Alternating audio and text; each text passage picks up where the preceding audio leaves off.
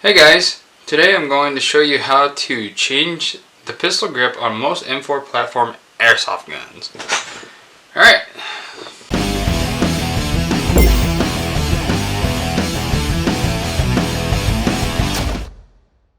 So the first thing you're going to do is flip the grip towards you, in this case the camera, and you're going to take out this screw and this screw. It's always good to have a magnetic cut there so that you don't lose your screws. I personally prefer them.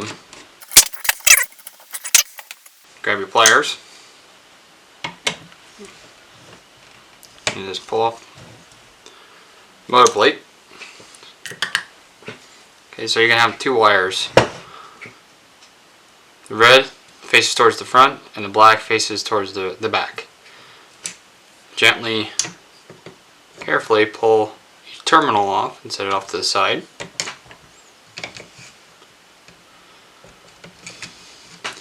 Make sure you know how your wires are orientated before pulling out your motor.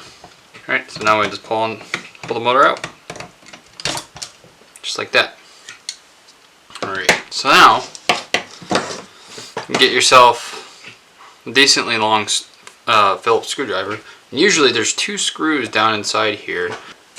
Shine the light in now. There they are. Right there and there.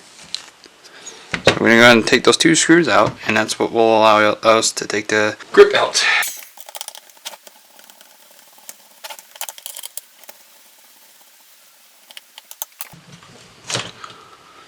So once you get the screws loosened, you're going to gently pull your grip off and work those wires out of these two holes at the bottom.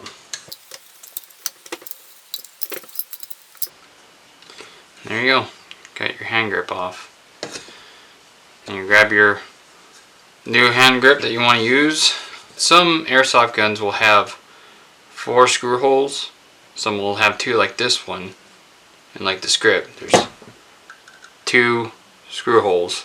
They'll have the extra ones in case you want to reinforce how it's clamped on, or you strip one of the holes out. I personally never had to use all 4. You only really need to use 2. I've never had to use all 4 screw holes. Once you get your new hand grip, it's a reverse order. Carefully feed your wires in your holes. This one's going to go in the back here, the black wire. You go to the back of the handle. The red one's going to go up in front. Just feed them in there. So one thing you want to be careful when you go to put this down is that sometimes there's a chance that a wire right here can fold over when you pull it through, pull the wires through and push this down. So what I like to do is grab onto both wires with my fingers before I seat it down all the way. So I give them a slight tug so they don't get pinched in there. Push it down. I grab my handy dandy long Phillips screwdriver, because usually that's what these screws are in here, is a Phillips head. We'll go ahead and tighten them down. Now you don't want to reef on these screws when you're tightening them down, so you don't strip out the holes, or the screw holes. So you just go down until it's snug. That's it. You don't need to reef down on it, just snug. And you won't have to worry about it backing out or whatever. So like before, we noted where the wire orientation was. So red was on the front side, black wire on the back side. Some hand grips, some of them will be, both wires will be on one side versus the other. In this case, due to this grip's design, one wire goes to one side and the other goes to the other side. Just like this. We're going to put our motor back in. Some motors, they'll indicate which side's positive. In this case, this one has a positive side. So we want that side closest to the positive terminal. On other motors, that plus sign isn't there. So instead, this terminal here would be like coated red. Just keep that in mind. So once your motor's in here, what you want to make sure to check is that this moves up and down freely. If it binds up, and it like, let's say you push it down and it stays down, you have to pull it out and see what's causing it to bind up. and then fix whatever is causing it. So from there, now we're gonna put these terminals to the respective ends. Sometimes I gotta use a pair of pliers to get them in there. One other thing I want to note is sometimes these don't grip on the terminals very well. So what you can do is if that happens to you, like let's say you plugged it in and it just pops right back out, or you give it a slight tug just to test it and it just slips right out, you can take your pair of pliers, put them on your terminal like this, your terminal end, your male end, or female end, excuse me, and just pinch it a little bit, put it on there, and it should fix the problem.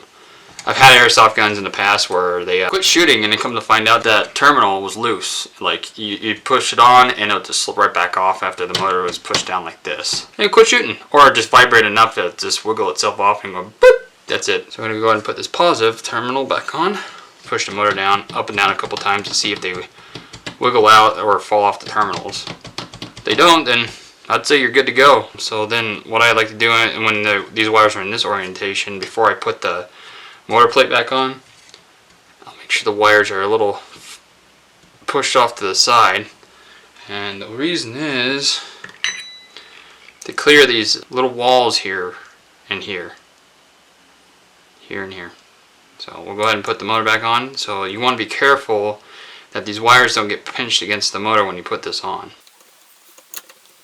So I like to hold it down all the way like it's screwed down, and then screw down the back one first. The back screw is typically longer than the front screw. When you tighten these down, once they get down to where they seat, as soon as you feel it grab, that's it. Because any more than that, you'll strip it out. We'll grab the little screw, put it on this side, and that's it. It'll hold itself in there. Now we're going to test fire it. Make sure the gears are meshing right. Alright, we're plugged in on semi-auto. Got our flathead screwdriver. This is your adjustment screw for your motor. It adjusts it up and down and corrects the mesh to the bevel gear inside. So what we're going to do is flip it on semi, test fire. If it sounds like crap, that's when you adjust it. So turn it clockwise, like in this direction. Is going to get that pinion gear closer to the bevel gear by pushing the motor down. You back it off, it brings it further back, and what you're listening for is a clean meshing. You'll know it when it's not meshing right. I'll show an example. So I'm going to purposely tighten this too far down. So I turned it so far down that it's locked up. It won't turn. It won't shoot. Back it off a full turn, 360 degrees. Now it should fire. So that's pretty good. Now if it wasn't enough, this is what it should sound like. You hear that? It's like, you don't want that. So usually I'll back it off about 90 degrees. Yeah, that's pretty clean. Now if you go out too far, it'll kind of sound similar. But anyways, that's it. That's how you swap out your pistol grip. If you guys enjoy this video, be sure to give me a like and a subscribe, or leave down in the comments what you would like to see or what I can improve on, and I'll catch you next time.